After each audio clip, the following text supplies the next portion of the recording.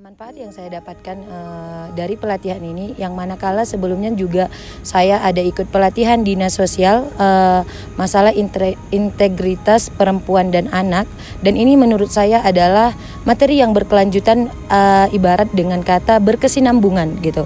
Jadi pembentukan santriwati pelopor ini sangat banyak manfaatnya di kalangan kita Dayah. Karena kenapa? Perundungan terbanyak yang kita dapatkan itu adalah di Dayah.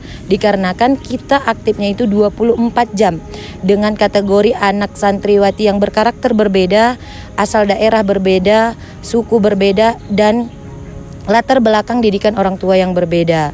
Secara tidak langsung, ini adalah hal baru yang ada di Dayah atau di pesantren, khususnya di Aceh, khususnya bagi kami Kabupaten Birun. Kami pernah menerapkan hal-hal semacam ini di Dayah. Mungkin karena manajemennya belum tertata dengan baik, agak ada sedikit kejanggalan-kejanggalan dan hal-hal lain sebagainya.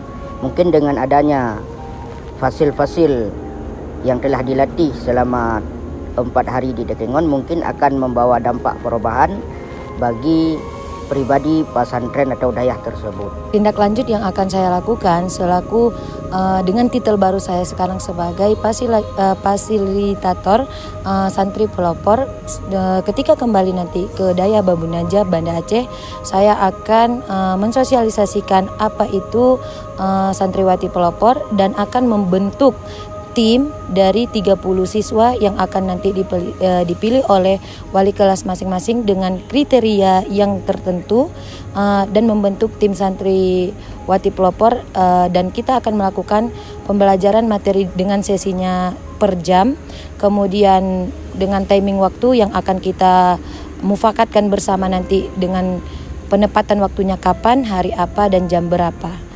Kemudian setelah terbentuknya tim santri pelopor itu, maka setelah semua materi terjabani, maka kita akan melakukan aksi.